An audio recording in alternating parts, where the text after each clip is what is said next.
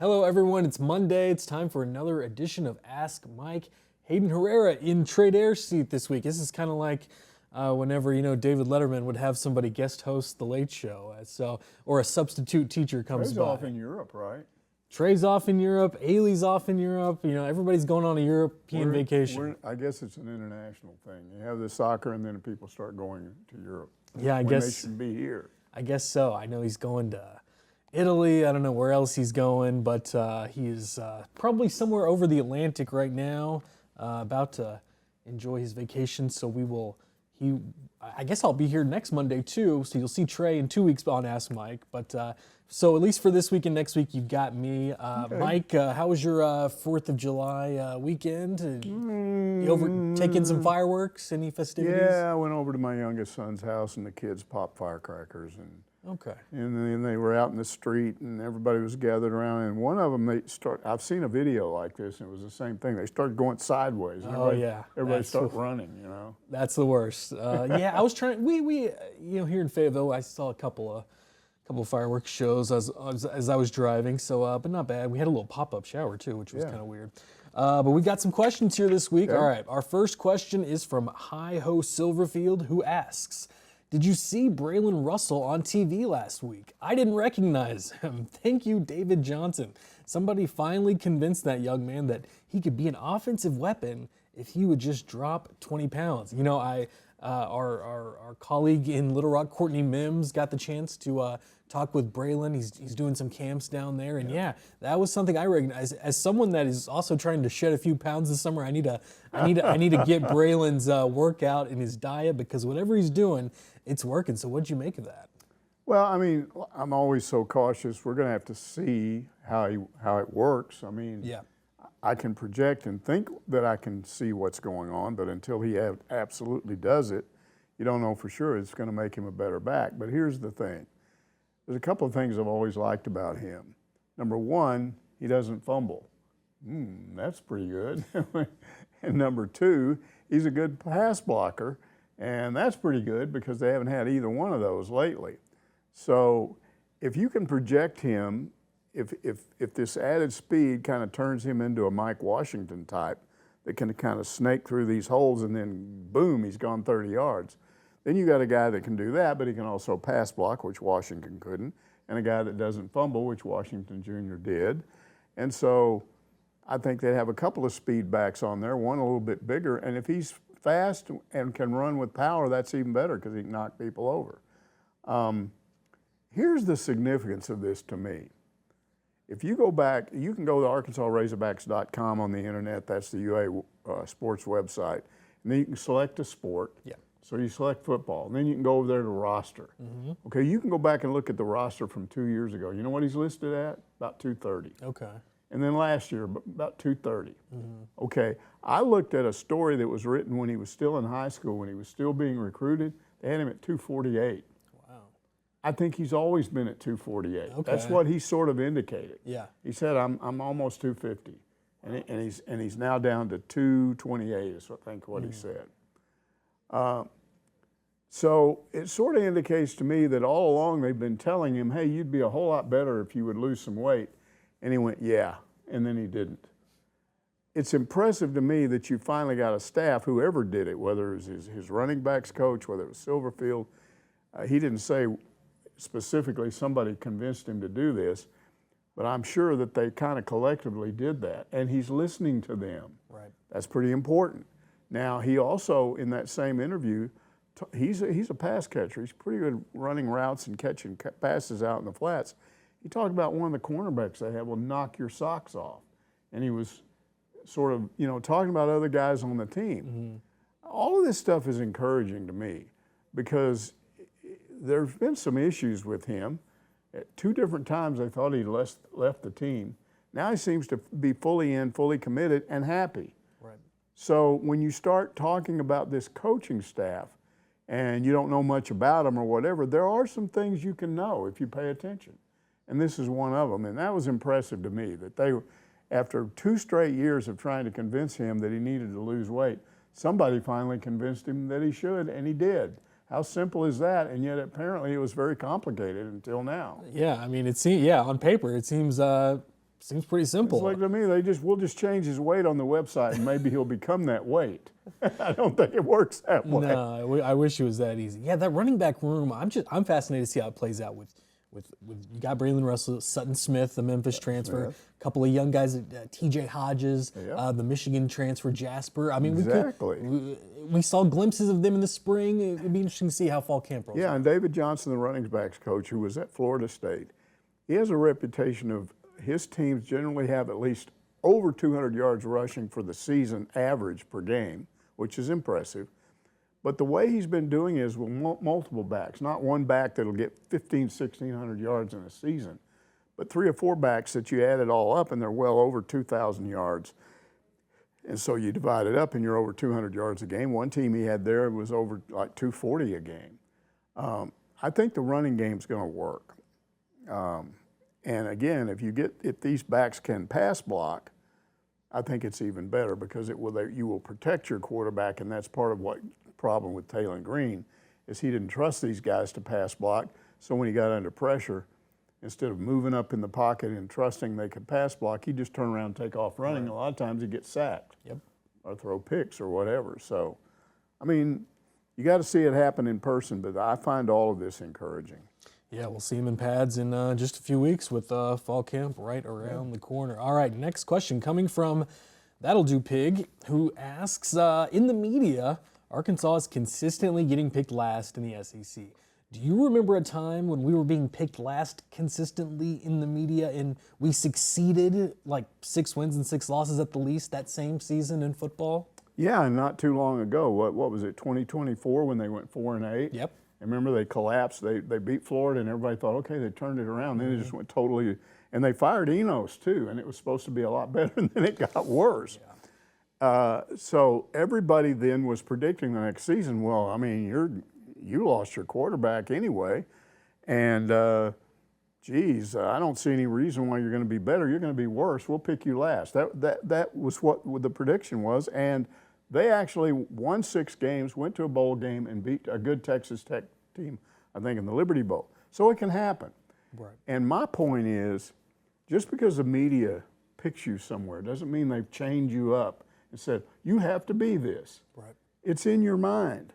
Don't let them convince you that you have to be that, because they don't know anything anyway. And I'm a part of them, and I don't know anything. If they're telling you they know, they're lying. Mm-hmm. None of us know for sure. I like the ones that can at least give a reason for why they believe that. But so many of these guys are just, they're like the fans. It's like if you ask some of them why they're going to be, 2-10 again, they just are. They don't have a real reason for it.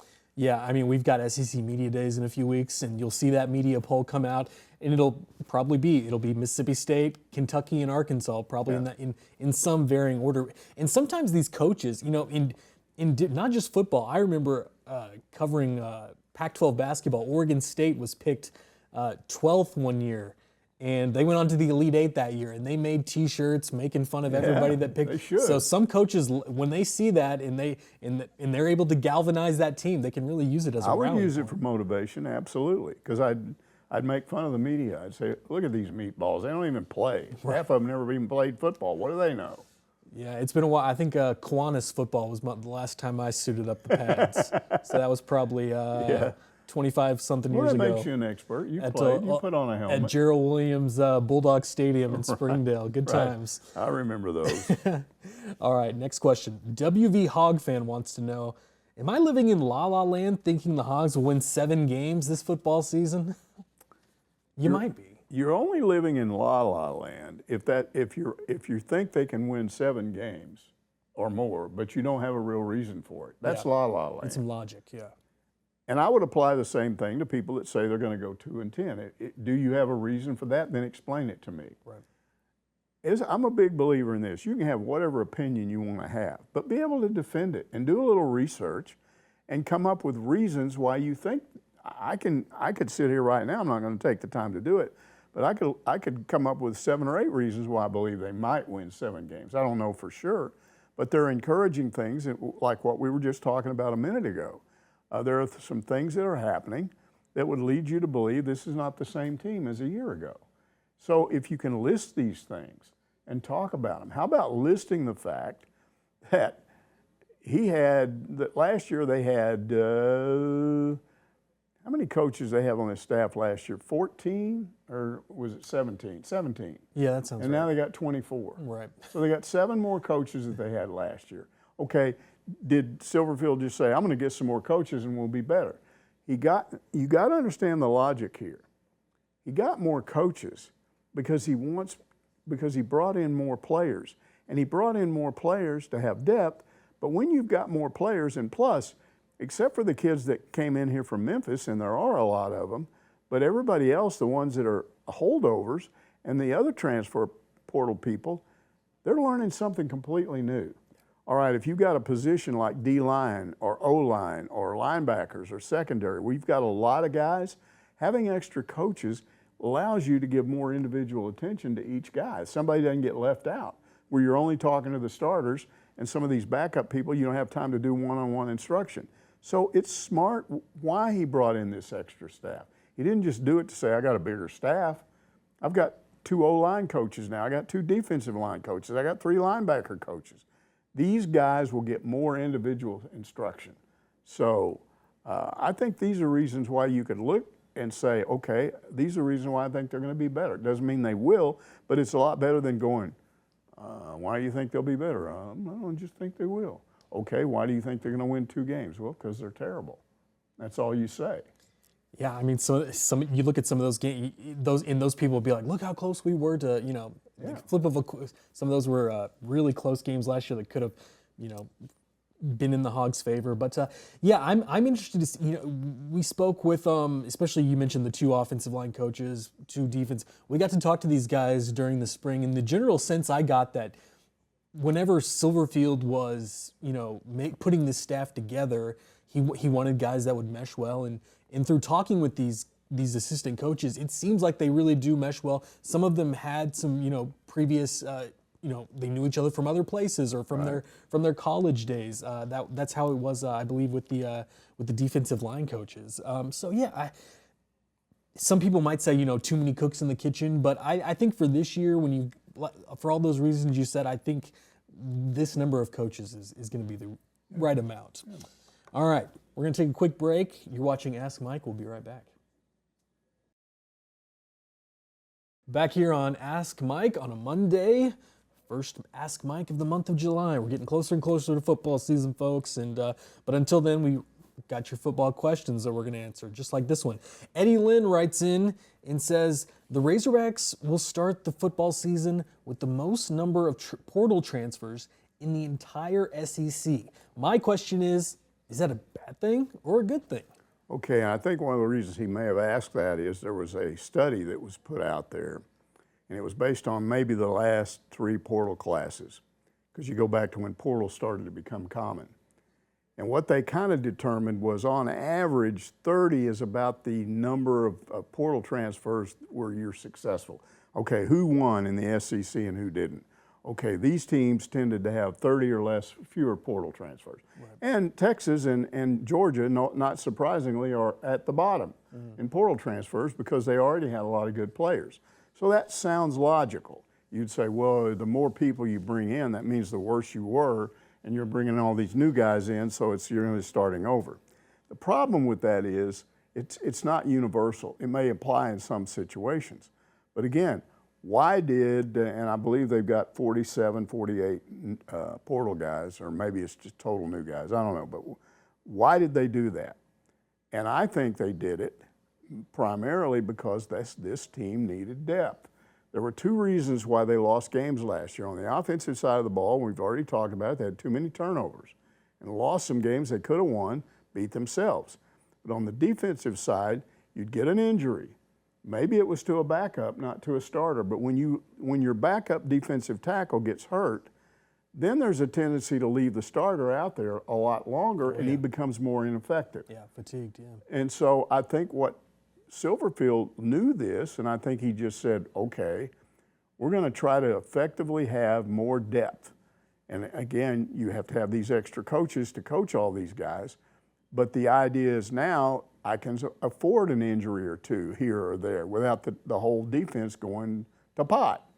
And so when you look at that, then it makes bringing in 47, 48 guys looks a little different. And then you also have to rate just the portal class. And Arkansas was rated 8th nationally in one survey that I looked at. They'll vary from organization to organization that's going to rate your portal class, but 8th nationally. So that's not a bad, I would say you did a good job of bringing people in, and we know they did because we talked about the fact that they went out and found some former 4- and 5-star players that were recruited by schools like Ohio State, for instance, but they didn't play and probably weren't going to play until their 3rd year because they had people in front of them. Yeah. And they wanted to play right away, so they were told, hey, come to Arkansas. If you go through the spring and do a good job and go through August camp, you may end up a starter, or at least you're going to be a backup that will play a lot. And you won't just be sitting on the bench the whole year. So they got a lot of guys like that. So when you add all that stuff up, it's just another reason why I think this team is going to be better. I think we could sit here and talk about this all day long, but I think one of the reasons they're going to be better, imagine last year, you get a little bit past halfway in the season, and your head coach is gone, and then your offensive coordinator sort of becomes the head coach, and the first thing he does is fire half the defense. Now you're over on the defensive side of the ball, and suddenly you got a bunch of guys coaching you that didn't coach you before. They were assistants to assistants or grad assistants or whatever. That's kind of disruptive.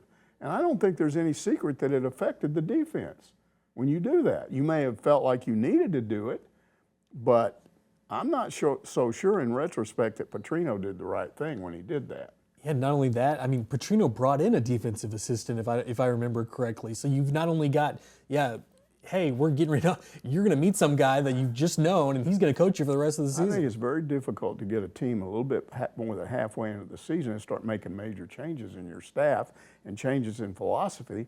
And you're supposed to what? Start all over again? Mm-hmm. When that should have been done in the spring. So everything it's in retrospect. If you look back and you go, this worked. I look back on that and say, well, at the time I thought it might work. I don't know, but I look back on it now, it didn't work. Yeah. Defense didn't do very well. Yeah, I really didn't know what to expect when Silverfield brought in, what kind of talent he would get in these transfer portal. Obviously, he wasn't going to get the big dogs, but when you look at guys like, defensive back Christian Harrison, you got Max Gilbert, the kicker from Tennessee, you've got Chris Marshall, the wide receiver from Boise State and other spots, Kamori House, linebacker from North Carolina. I mean, it seems like these guys could have had other places to go with better records last year, but they chose Arkansas. They got them here. And you have to remember, I remember that story, what was it? Ryan Silverfield went to Bud Walton Arena, met some donor. The donor went to Eurocheck and made a 7-figure promise. So he's working those deals with the NIL as well. I mean, just the fact that he has the NIL money to do what he's doing, and they didn't have it a year ago, that all alone ought to tell you he's going to have a better team. Yes. I mean, it's not automatic, but there's just so many things you look at and you say, well, they were this close to being pretty good last year. You change a few things, I'm just telling you, they may end up with 2 wins again because you can't predict the future 100%, but I would not be shocked to see them win 7 games. Yeah, so WV Hog fan, you might not be living in La La Land. Who knows? That's right. All right, next question from Hog Redneck, who says, here's a question I would like answered at SEC Media Days. Is Jelani Watkins going to play football for the Hogs this season? If so, he would immediately become the fastest player in the SEC. Why are you guys not talking more about this? Well, we are talking about it because you ask us that every week, and we keep answering it. And one of the things we've referred to is Hayden's usually sitting over there and Trey's here, and we've always asked him, what did he say? Because you talked to him. So what did he say? Yeah, we've talked to him several times, and there's never been the sense that he's leaving the football team. Yes, track right now is his priority. If you look at his numbers, he's got some of the fastest times. He didn't have a great he didn't finish NCAA outdoors great, but he's still one of the top NCAA runners in the country. The NCAA football game ratings came out a few weeks ago. He's in the top 10 of I believe he's like 5th or 6th fastest person on the whole video game of every player in college football. I don't know why he's not the first. I mean, there's some guys where I know he's faster than, I don't know why he's on there, but I think agents kind of play a role into those ratings on video games as well. But yeah, and talking with Doug Case, We talked to him shortly after, even before and after Nationals, because I asked him about Jelani. He was going for the 100, the 200, and the 4x1. And Doug said, I think that's that football player in him. He's ready to tackle any challenge. So I haven't gotten the sense that Jelani is leaving the football. Now, I will say this. I think when you look at the wide receivers that are already on the roster, I think when it comes to football talent, I think some of them might surpass Jelani. Maybe we'll see Jelani more in a special teams role. Who knows? As a punt returner. Well, look, I would just say that track speed is not football speed. Just because you're fast doesn't mean you can run pass routes correct. Right. One of the best receivers that I ever saw in high school was not that fast. He didn't even make the state meet, and that was Damian Williams at Springdale. He didn't even make the state meet. He didn't advance from the district meet or the conference meet over to the state meet. Yeah. He was like 11.500, 11.5. See, not fast. Yeah. But what he could do was run a route so precise, and stop on a dime and then be back to full speed. Just like that, and he can leave guys in the dust because most guys can't shift, stop, start, left, right. They can't do that as fast as he could. So that's football speed. That's not track speed. Track speed is where you line up and just run straight down the field. And how often do you get a chance to do that? Every once in a while. So maybe he could find a little seam as a punt returner and go. But all I know is in 2 seasons, he was at LSU for 2 seasons, didn't play at all the first one. The second one, I think he played in maybe 3 or 4 games and had 2 catches or something. And Right. If he was really dynamite as a receiver. So I do not expect him to come in here and become one of the top receivers. I think it's much more likely he'd be a punt returner. Yeah, there's a reason. There's a reason Carl Lewis wasn't on an NFL team. Right. It just sometimes it doesn't translate. We had Jordan Anthony on the team, but again, he wasn't the leading receiver. He wasn't Right. turning heads. It just translates differently. But yeah, I think we'll see Jelani in fall camp. I think he's probably resting. He just wrapped up his track season. I don't see why he wouldn't be out there unless we hear something in the next few weeks. Trey Dare is going to SEC Media Days. I've already told him. Ask him that question. Right. Ask him if he's out there, and if so, what's his impression? And then we'll find out. The answer will be no. All and right. we'll probably get another question about this next week. There we go. All right, next up from H.L. McCamish, who says, Bill Burnett has died. He's a Razorback legend from before my time. What do you remember about him? Well, first of all, I didn't cover him because we're the same age. And when he was in college, I was in college, the exact same years, which was 68, 69, and 70. What I remember about him, I remember in the 69 Texas game, he scored the first touchdown right off the bat. And I was watching that game. I was working at a department store in Fort Worth, and I just went on break and watched the whole game, and I could have been fired, but they never fired me.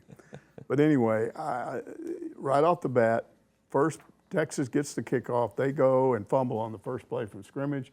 It's about the 25. Arkansas drives down to the 1, and then he does the classic Bill Burnett 1-yard touchdown. Now, what was his he weighed like 170 or something. He was 6 foot. He wasn't this big guy that would knock people down.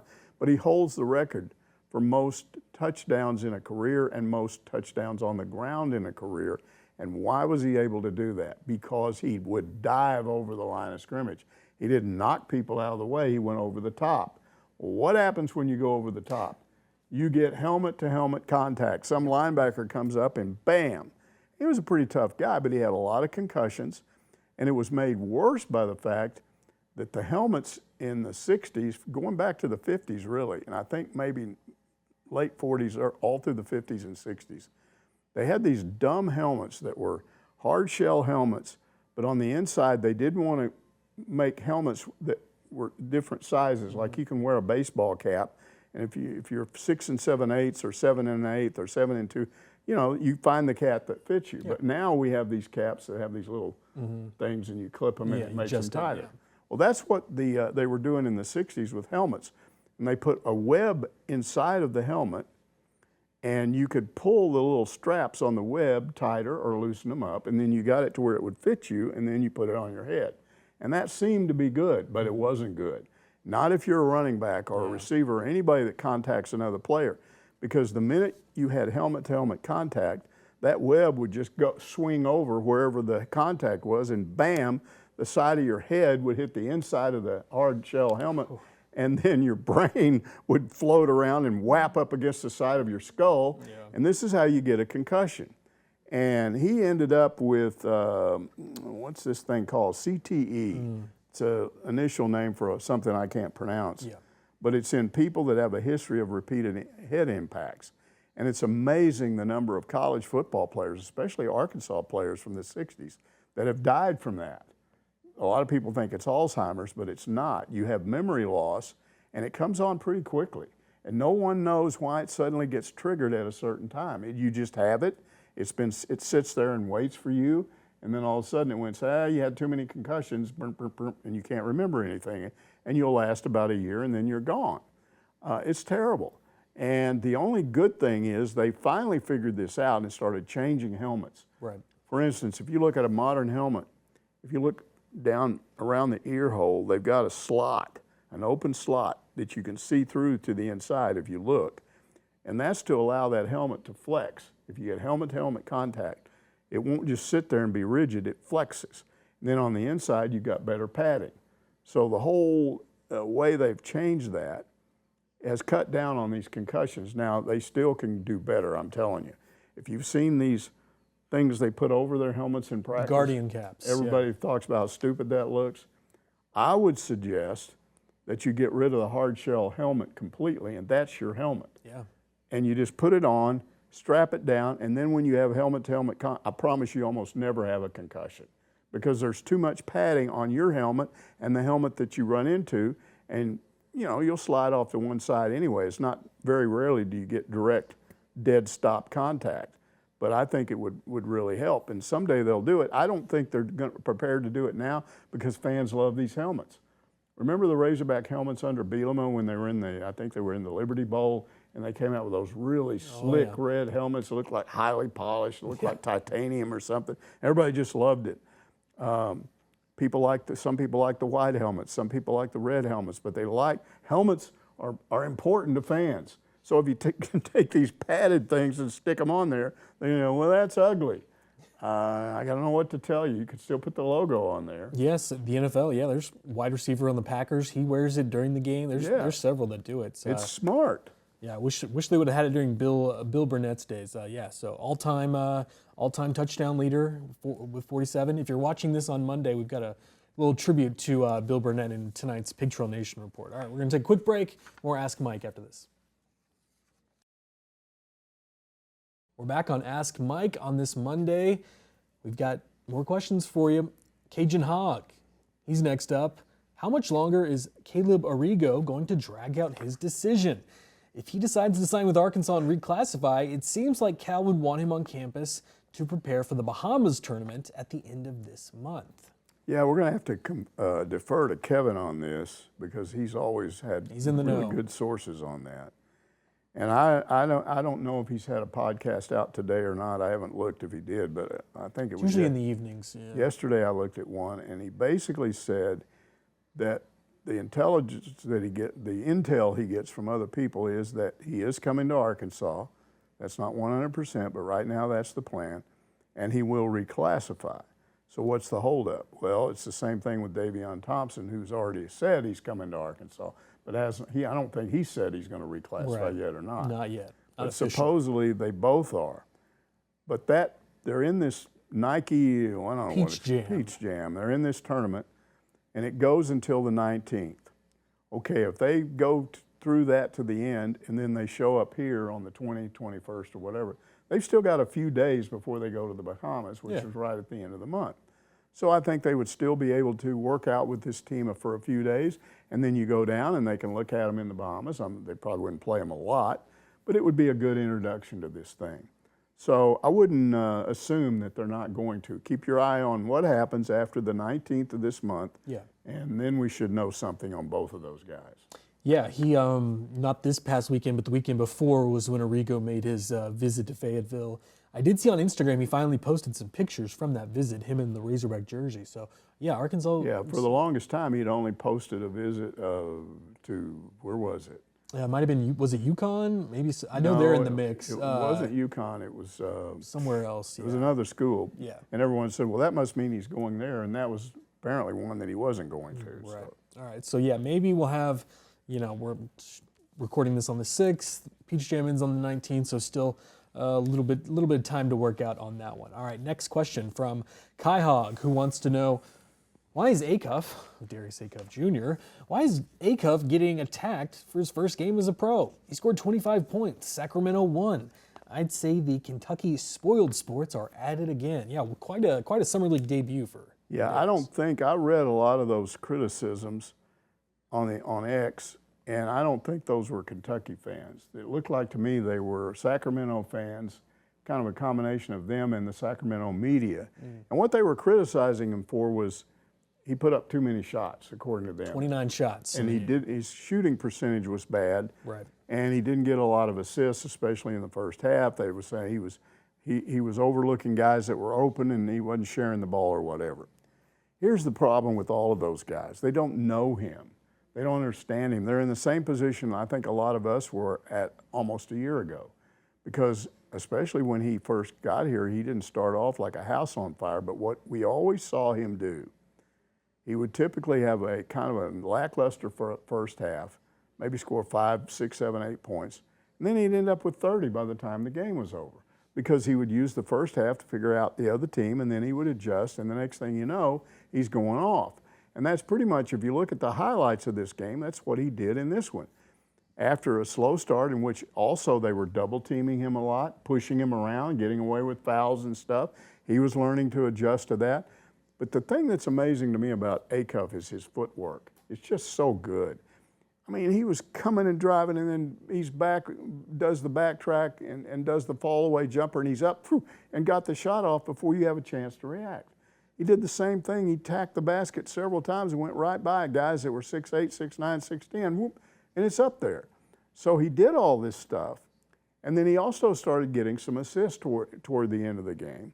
And it really came down to they had a chance to either tie the game with a 2 or win it with a 3, and he had the ball in his hands, and he could have put it up and seen if it would go in, but he had people on him, and they were kind of expecting it, so he's kind of double-teamed. So what does he do? He finds an open guy, kicks it back to him. It's one of his teammates.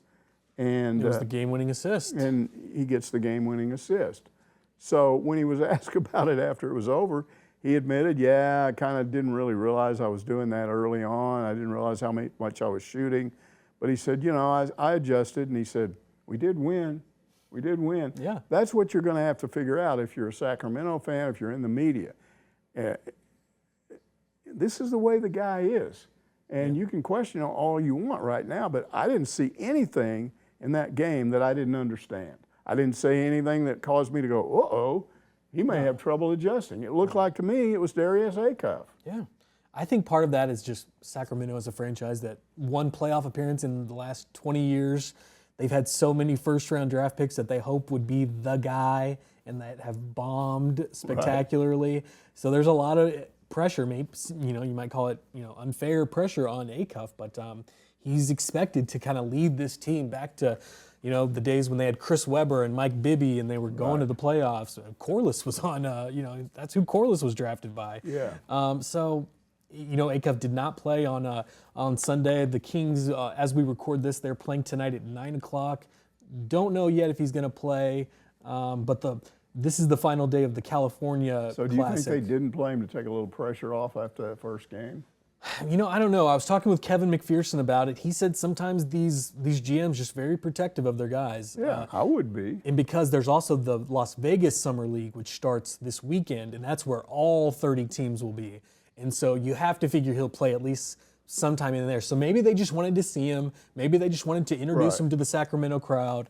And we'll see him hopefully plenty more times in Vegas, along with the other. I believe there's going to be, including Acuff, there'll be 9 former Hogs in the Summer League. We've already got Jonas Adu in the Salt Lake League. Adu Thero's also in this same California Classic as Acuff. All right, next question coming from SWD26, more on Acuff. I think the Nets, the Brooklyn Nets, were trying to send a message early as they fouled him continuously and got away with it. The announcers were talking about how Acuff's demeanor stayed the same no matter what they did. Overall, I think Acuff is going to be tough to handle whenever he adjusts a little and plays with the better talent on the team. And you have to remember, this was his first game since the Arizona loss in the NCAA tournament. So, I think for not playing since March, it wasn't bad. And that was posted by an Arkansas fan on Hogville. So he's saying what we're saying. He's saying if you get to know this guy a little better, you wouldn't be concerned. He's going to be fine. All right. We've got, let's see, we only got 3 questions left, so let's take a quick break. We'll wrap up Ask Mike when we return. All right, back for a couple more of your questions before we wrap it up on this week's edition of Ask Mike. Next question coming from Tarrant County Hog, who asks, what do you like most about Cal beyond the recruiting and winning games? I thought maybe he would jump at open jobs like North Carolina or Michigan, but he seems to be right at home in Arkansas. Were you worried about those North Carolina, Michigan? No, I've never gotten the impression that he was, going to be used. I have a 1-year success. Now I've got 2. I've proven myself. I'm going to go on to a bigger school. Right. Here's what I like most about him beyond his recruiting and the winning of games. And I think we saw a good example of it early last week when he brought Nolan in once again. If you remember, he brought Nolan in with that first bunch, and he introduced him, did a great job of explaining the history of this school that you're now a part of, this team that you're now a part of. They've got a history. You may not have heard about it because it's just now coming back. Right. But this guy made it work. And he went to 3 Final Fours. The school itself's had 6 Final Fours. He's had 3 of them, national championship, national runner-up. And he had this thing called 40 Minutes of Hell. And he explained 40 Minutes of Hell. And while Cal's doing this, I'm getting goosebumps. And I'll tell you why. Because Nolan's very special to me because he came here, he did all those things. First of all, Frank Broyles almost fired him before he ever had a chance to go to that first final. Can you imagine what you would have missed out on? Yeah. He was just so, and it was the boosters. There were these boosters, sometimes they're good people, sometimes they're morons. But these boosters didn't like him and they were, I'll get rid of him, and then Frank didn't, and he was winning. And as long as he was winning big, they were okay. But then when he didn't, win a national or go to the Final Four every year, we got to get him again. And they eventually they fired him. Here's a guy, how many coaches do you know that go to 3 Final Fours, win a national championship, a national runner-up, win all those games? You look at his NCAA tournament record, it's incredible. Yeah. The number of winning percentage in NCAA tournament games. And they fired him. It's just nuts. And if anybody should have just turned and left, it should have been him. But he stayed right out there on Nolan's farm and just did his thing. And they didn't pay much attention to him for several years. And then all of a sudden, here's Cal bringing him back. And to be fair, I think Jeff Long finally recognized him, and they did some things. They've got the slobber hog back on because the slobber hog was on Bud Walton when Nolan was winning games. And for a while they had that modern hog, and they took it off, put the slobber hog back, and then named the floor after him, Nolan Richardson Court at Bud Walton Arena. So they'd done all that, but here's a guy. Now you compare him to Musselman. Musselman just sort of came in here and acted like he was reinventing basketball, which honestly he did. He got them back into the NCAA tournament, and they were doing more than just going 1 and out or 2 and out. He was going to Elite Eights. He just that short of the Final Four. And then he started dropping off a little bit, but you didn't get the sense that he was trying to tie it to anything. Right. Well, if anybody had a right to walk in here and act like, we're doing things my way, it would be Cal, because he's a Hall of Fame coach. Oh, yeah. He's just the opposite of that. He's come in here from the very beginning and said, hey, this is what we're going to try to do, but don't think that this has never been done here before. It has, and this guy right here did it, and you need to listen to what he has to say. And he lets Nolan talk to these guys, and he's encouraging them. You can do it. You can win. They brought in some former players, guys like Corey Becca under Nolan, and they've said, you can do this. We did it. You can do it. We want you to do it. So this, to me, is one of the best things about Cal. He not only gives the impression which I think is real, that he's glad to be here and wants to be here and probably stay here till he retires from coaching. But again, he's tying his own current success and taking a rope and tying it to the past and pulling them all together and saying, we need your support, you can help us. I too was kind of curious about how Cal would come into Northwest Arkansas. You know, we knew from his Kentucky days that he liked going to Herman's. Yes. And, you know, I've always wanted to ask him it because I know Herman's having some trouble. I know they were about to close. I don't know if Cal wants to buy Herman's. I think that would be a great. I think they decided not to do that. It's back looking like it always did. Okay, good to know. But yeah, I mean, I saw Cal a couple weeks ago down in Fort Smith. He's been all over the state with these satellite camps, and you know, he doesn't have to go to these. I mean, time is money, you know, in this day and age. He does things that are just out of the blue to me. He made this, I guess he visited the VA hospital here not too long ago, and he talked about how he likes places that have VA hospitals because he likes to go there. And he said, I'm glad they have a VA hospital here.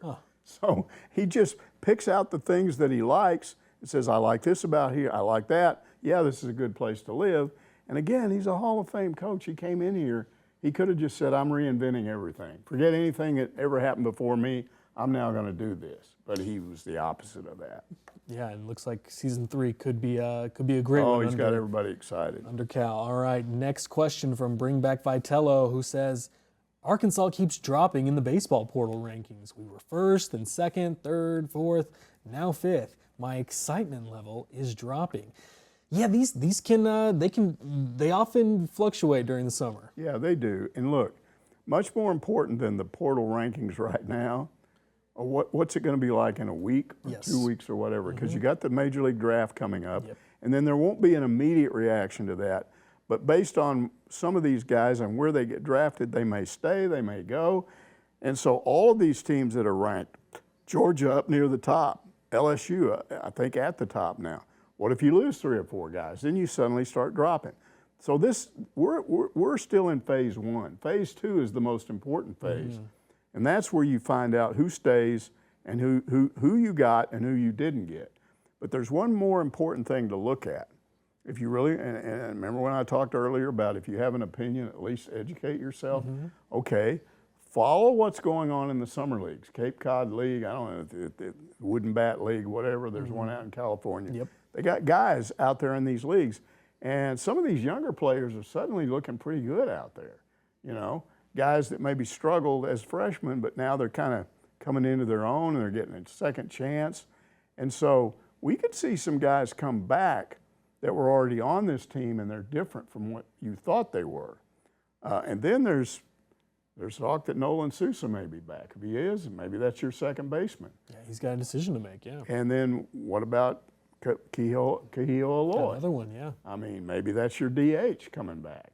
So it's just a little bit too early to start evaluating what this team is going to be like. I was talking to Ailey about what we can do in the fall. And I told her, I said, talk Trey into letting you go over to some of these fall ball workouts. Where they have scrimmages with each other. And they've even lately been scrimmaging other teams, like Oklahoma might come over, or Tulsa, or somebody like that. Let's pay attention to that because that will give us a better idea of what maybe they will be looking like next spring. Oh, absolutely, yeah. I believe we had some sound from Nolan Traeger, who's up there in the Cape Cod. Yeah, this is a transfer portal guy, but it looks like he's coming here because he went backwards in hitting last year, and he's coming in here basically to hit the ball better. Yeah. We've still got, a couple more weeks left in those Cape Cod leagues, but this weekend the draft. Be very interested to see, you know, some guys they'll get drafted higher than they projected, maybe some lower. It'll all shake out the way it's supposed to. All right, last question of the week coming from Porked Tongue. This is quite a question. I'm going to make you king for a day. You have the authority to make one change that would improve the UA athletic world. It could be as big as swapping conferences or as small as cheaper concessions to encourage attendance. So if you were king for a day, Mike, what would you do? He's saying I have the authority to do what I'm going to do, right? Okay, yeah. Okay, so I would get Hunter Yurachek, and I would take him over to the Board of Trustees, and I would say, look, bozos, I'm bringing all you two together. I don't care what you think. This is what's going to happen from here on. you're going to adopt from here on out the Frank Broyles philosophy of Razorback athletics. What is the Frank Broyles philosophy? UA athletics is a business. The fans are the customers. What happens in a business? Does Walmart tell the customers what to do, or do the customers tell Walmart, we don't like this, you need to change that?